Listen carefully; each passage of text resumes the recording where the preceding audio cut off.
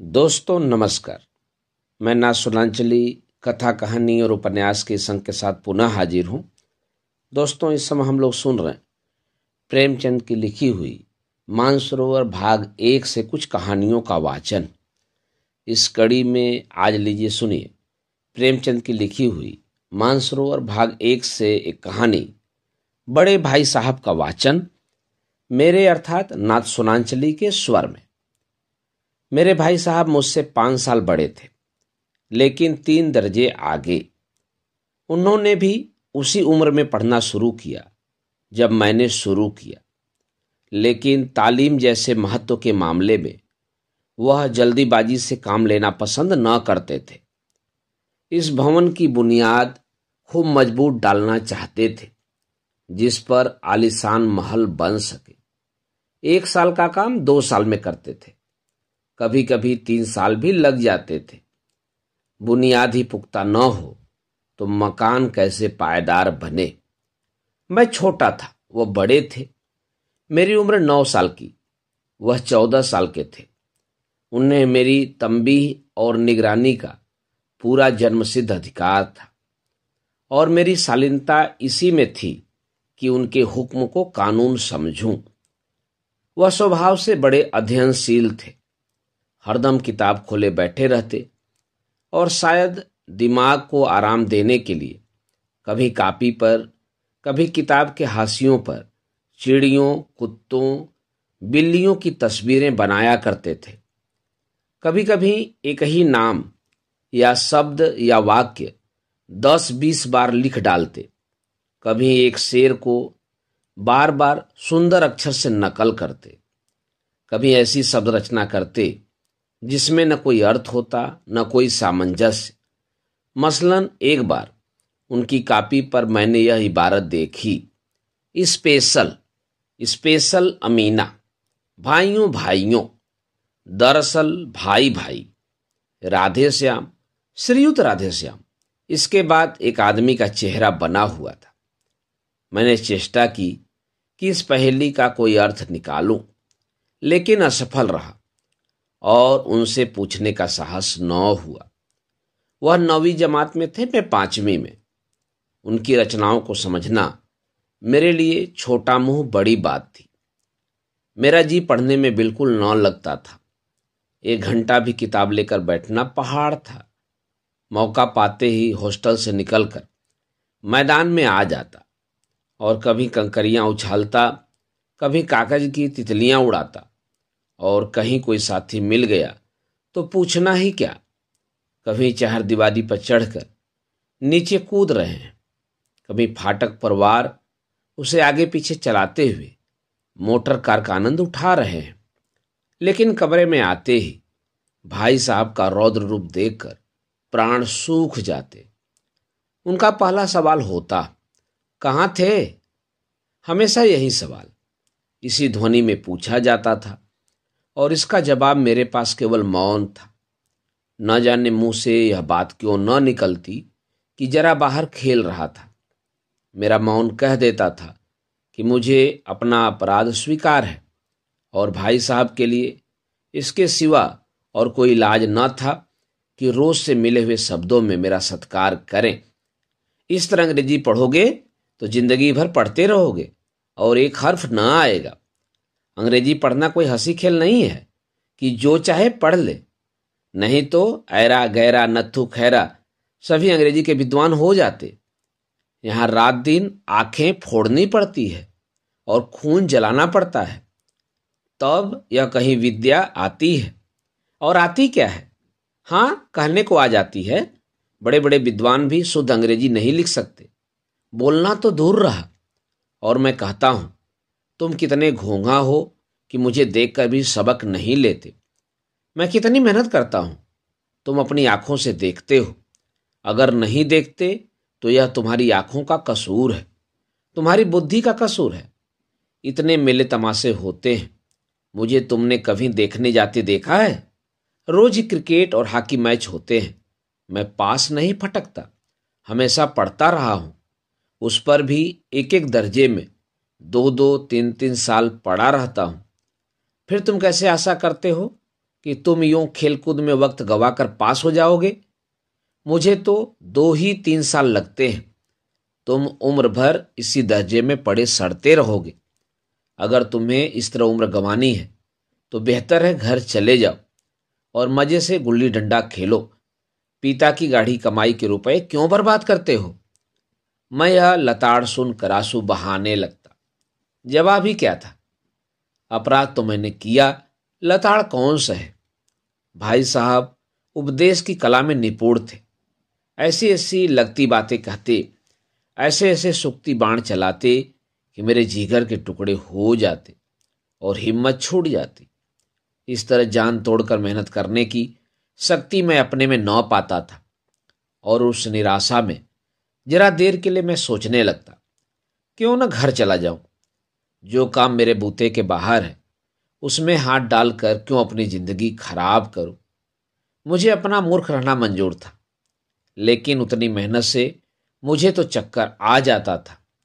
लेकिन घंटे 2 घंटे बाद निराशा के बादल फट जाते और मैं इरादा करता कि आगे से खूब जी लगाकर पढ़ूंगा। चटपट एक टाइम टेबल बना डालता, बिना पहले से नक्शा बनाए, बिना कोई स्कीम तैयार किए काम कैसे शुरू करूं। टाइम टेबल में खेल कूद की मद बिल्कुल उड़ जाती। प्रातः काल उठना, 6 बजे हाथ मुंह धो नाश्ता कर पढ़ने बैठ जाना। 6 से 8 तक अंग्रेजी, 8 से 9 तक हिसाब, 9 से 9:30 तक इतिहास, फिर भोजन और स्कूल। 3:30 बजे स्कूल से वापस होकर आधा घंटा आराम। 4 से 5 तक भूगोल, 5 से 6 तक ग्रामर, आधा घंटा हॉस्टल के सामने टहलना।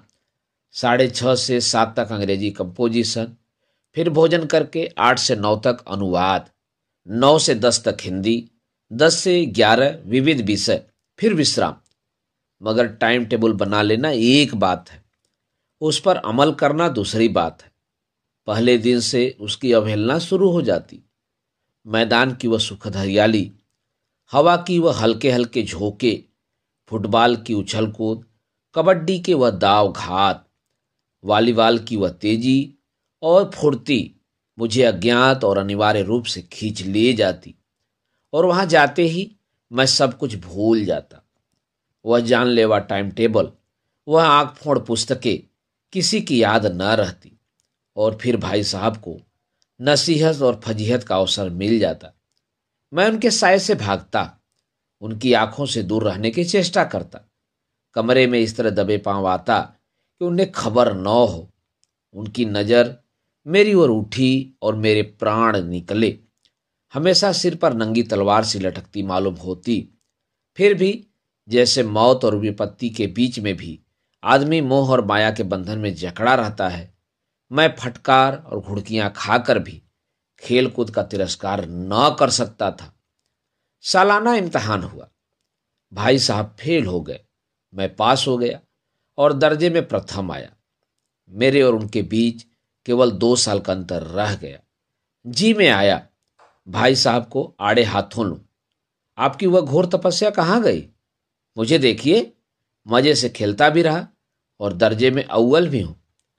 लेकिन वह इतने दुखी और उदास थे कि मुझे उनसे दिली हमदर्दी हुई और उनके घाव पर नमक छिड़कने का विचार ही लज्जास्पद जान पड़ा।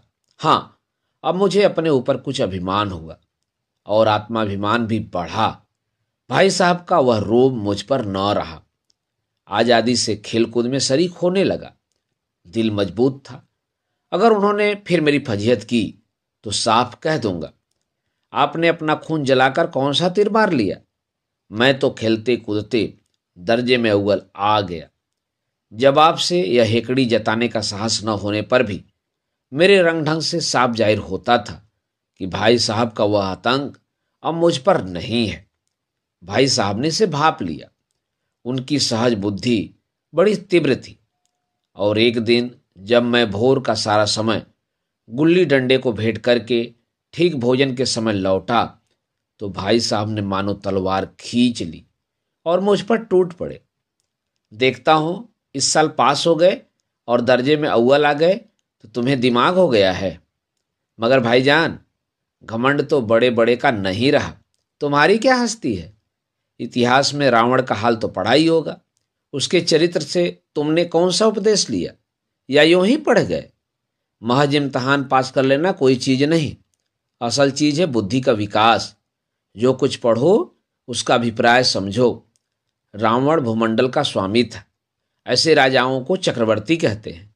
आजकल अंग्रेजों के राज्य का विस्तार बहुत बढ़ा हुआ है, पर इन्हें चक्रवर्ती नहीं कह सकते। संसार में अनेक राष्ट्र अंग्रेजों का आधिपत्य स्वीकार नहीं करते, बिल्कुल स्वाधीन है। रावण चक्रवर्ती राजा था।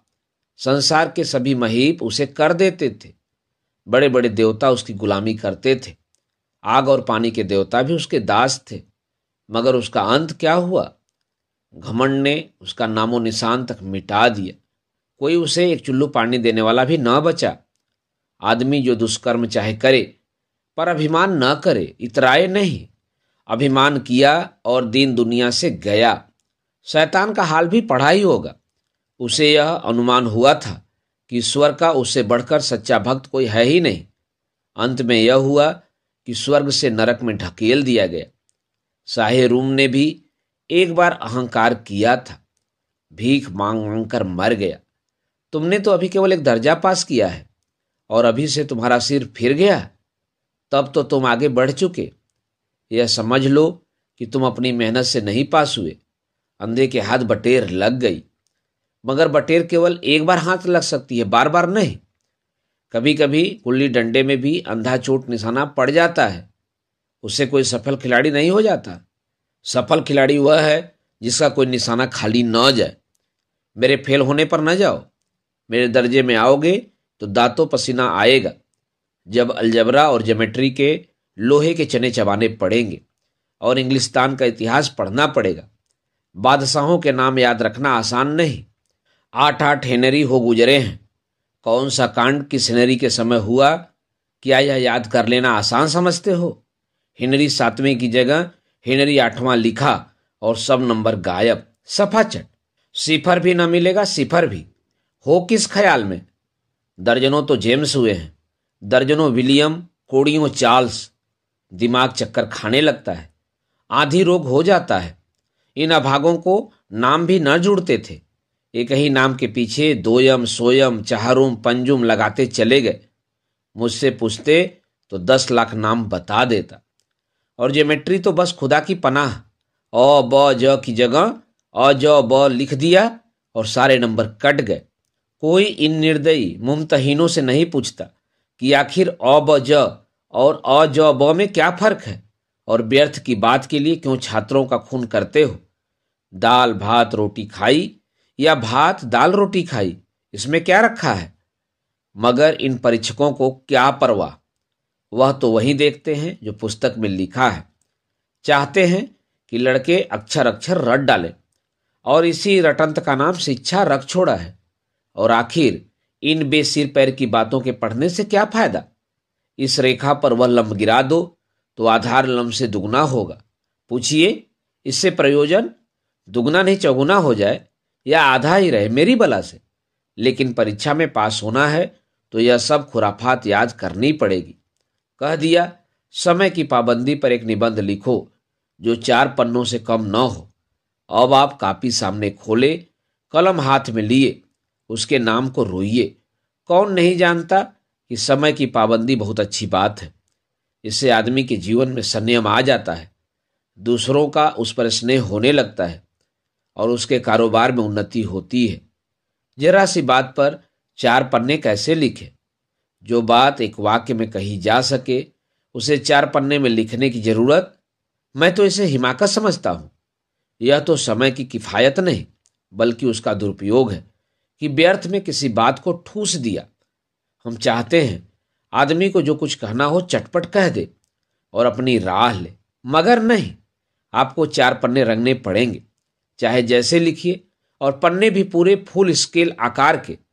यह छात्रों पर अत्याचार नहीं तो और क्या है। अनर्थ तो यह है कि कहा जाता है संक्षेप में लिखो। समय की पाबंदी पर संक्षेप में एक निबंध लिखो जो 4 पन्नों से कम न हो। ठीक संक्षेप में 4 पन्ने हुए, नहीं शायद 100-200 पन्ने लिखवाते। तेज भी दौड़िए और धीरे धीरे भी। है उल्टी बात या नहीं? बालक भी इतनी सी बात समझ सकता है, लेकिन इन अध्यापकों को इतनी तमीज भी नहीं। उस पर दावा है कि हम अध्यापक हैं। मेरे दर्जे में आओगे लाला तो ये सारे पापड़ बेलने पड़ेंगे और तब आटे दाल का भाव मालूम होगा। इस दर्जे में अव्वल आ गए हो तो जमीन पर पाँव नहीं रखते। इसलिए मेरा कहना मानिए, लाख फेल हो गया हूं लेकिन तुमसे बड़ा हूं। संसार का मुझे तुमसे ज्यादा अनुभव है।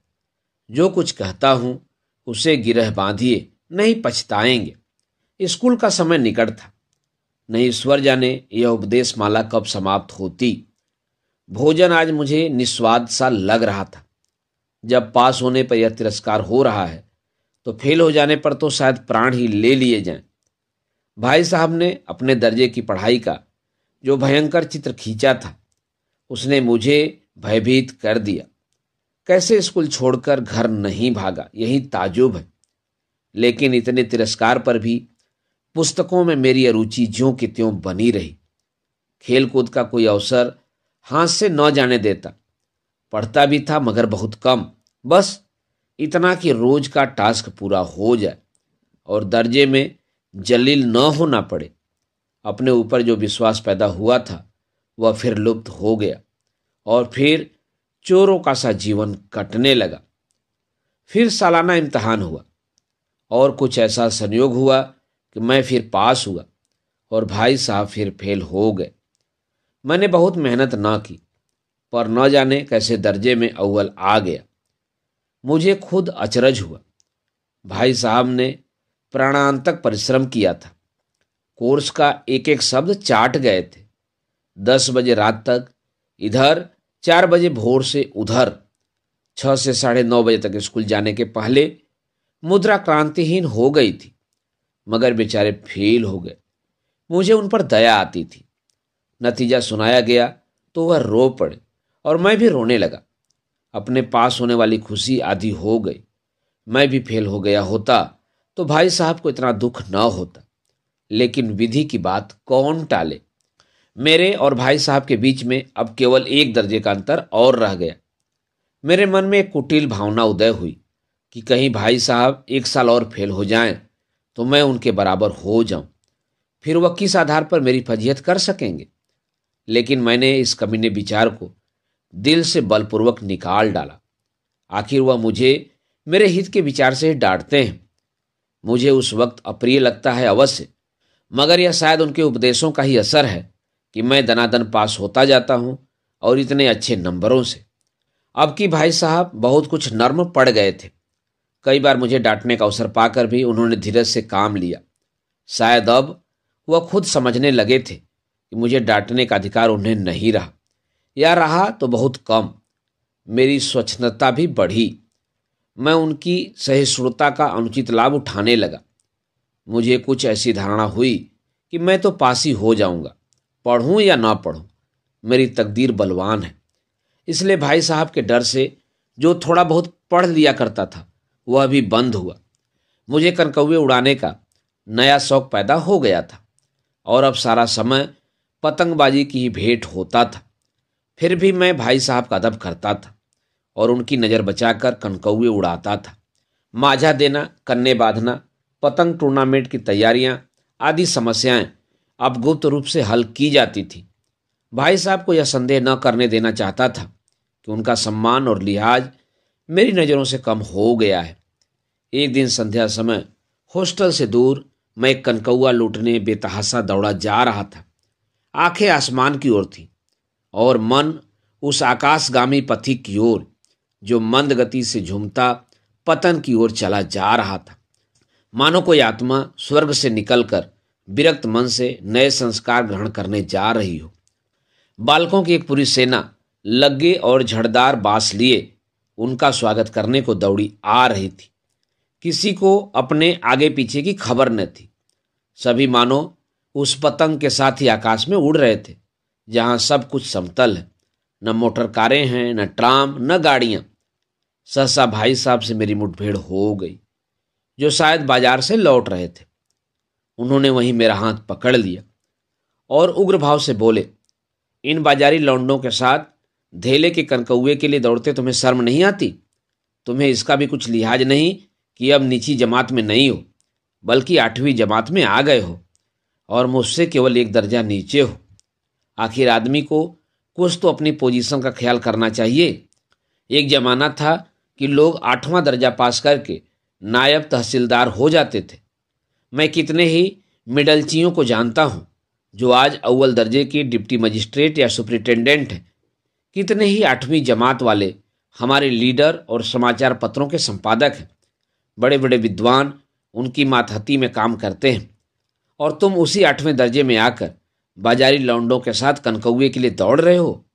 मुझे तुम्हारी इस कमअक्ली पर दुख होता है। तुम जहीन हो, इसमें शक नहीं, लेकिन वह जेहन किस काम का जो हमारे आत्मगौरव की हत्या कर डाले। तुम अपने दिल में समझते होगे मैं भाई साहब से महज एक दर्जा नीचे हूँ और अब उन्हें मुझको कुछ कहने का हक नहीं है, लेकिन यह तुम्हारी गलती है। मैं तुमसे 5 साल बड़ा हूँ और चाहे आज तुम मेरी ही जमात में आ जाओ और परीक्षकों का यही हाल है तो निस्संदेह अगले साल तुम मेरे समकक्ष हो जाओगे और शायद 1 साल बाद तुम मुझसे आगे निकल जाओ। लेकिन मुझ में और तुम में जो 5 साल का अंतर है उसे तुम क्या खुदा भी नहीं मिटा सकता। मैं तुमसे 5 साल बड़ा हूँ और हमेशा रहूँगा। मुझे दुनिया का और जिंदगी का जो तजुर्बा है तुम उसकी बराबरी नहीं कर सकते, चाहे तुम MA, DPhil और DLit ही क्यों न हो जाओ। समझ किताबें पढ़ने से नहीं आती हैं। हमारी अम्मा ने कोई दर्जा पास नहीं किया और पिताजी भी शायद 5वीं जमात से आगे नहीं गए, लेकिन हम दोनों चाहे दुनिया की सारी विधा पढ़ लें, अम्मा और पिता को हमें समझाने और सुधारने का अधिकार हमेशा रहेगा। केवल इसलिए नहीं कि वे हमारे जन्मदाता हैं, बल्कि इसलिए कि उन्हें दुनिया का हमसे ज़्यादा तजुर्बा है और रहेगा।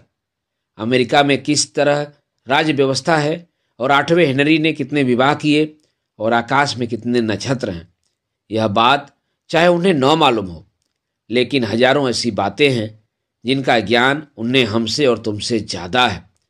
दया न करे आज मैं बीमार हो जाऊं तो तुम्हारे हाथ पांव फूल जाएंगे। पिता को तार देने के सिवा तुम्हें कुछ और न सूझेगा, लेकिन तुम्हारी जगह पर अगर पिताजी हों तो किसी को तार न दें, न घबराएं, न बदहवास हों। पहले खुद मर्ज पहचान कर इलाज करेंगे, उसमें सफल न हुए तो किसी डॉक्टर को बुलाएंगे। बीमारी तो खैर बड़ी चीज़ है। हम तुम तो इतना भी नहीं जानते कि महीने भर खर्च कैसे चले।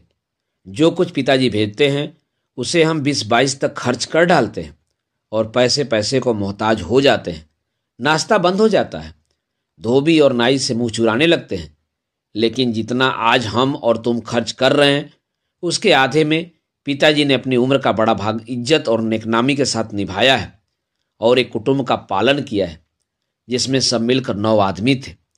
अपने हेडमास्टर साहब को ही देखो, MA हैं कि नहीं, और यहाँ के MA नहीं, ऑक्सफोर्ड के 1000 रुपये पाते हैं, लेकिन उनके घर इंतजाम कौन करता है? उनकी बूढ़ी माँ। हेडमास्टर साहब की डिग्री यहाँ बेकार हो गई। पहले खुद घर का इंतजाम करते थे, खर्च पूरा न पड़ता था, कर्जदार रहते थे। जब से उनकी माताजी ने प्रबंध अपने हाथ में ले लिया है, जैसे घर में लक्ष्मी आ गई हैं। तो भाईजान यह जरूर दिल से निकाल डालो कि तुम मेरे समीप आ गए हो और अब स्वतंत्र हो। मेरे देखते तुम बेराह नहीं चल पाओगे। अगर तुम यूँ न मानोगे तो मैं थप्पड़ दिखाकर इसका प्रयोग भी कर सकता हूँ। मैं जानता हूँ तुम्हें मेरी बातें जहर लग रही हैं। मैं उनकी इस नई युक्ति से नतमस्तक हो गया। मुझे आज सचमुच अपनी लघुता का अनुभव हुआ और भाई साहब के प्रति मेरे मन में श्रद्धा उत्पन्न हुई। मैंने सजल आंखों से कहा, हरगिज नहीं, आप जो कुछ फरमा रहे हैं वह बिल्कुल सच है और आपको कहने का अधिकार है। भाई साहब ने मुझे गले लगा लिया और बोले, मैं कनकौए उड़ाने को मना नहीं करता, मेरा भी जी ललचाता है, लेकिन क्या करूं? खुद बेराह चलूं तो तुम्हारी रक्षा कैसे करूं? यह कर्तव्य भी तो मेरे सिर पर है। संयोग से उसी वक्त एक कटा हुआ कनकौआ हमारे ऊपर से गुजरा। उसकी डोर लटक रही थी। लड़कों का एक गोल पीछे पीछे दौड़ा चला आता था। भाई साहब लंबे हैं ही, उछलकर उसकी डोर पकड़ ली और बेतहाशा हॉस्टल की तरफ दौड़े। मैं पीछे पीछे दौड़ रहा था। दोस्तों, अभी आप सुन रहे थे प्रेमचंद की लिखी हुई मानसरोवर भाग 1 से कहानी बड़े भाई साहब का वाचन मेरे अर्थात नाथ सुनांचली के स्वर में। दोस्तों, और भी किस्से, कहानी और उपन्यास सुनने के लिए आप मेरे साथ कथा, कहानी और उपन्यास के साथ जुड़े रहें। धन्यवाद। नमस्कार।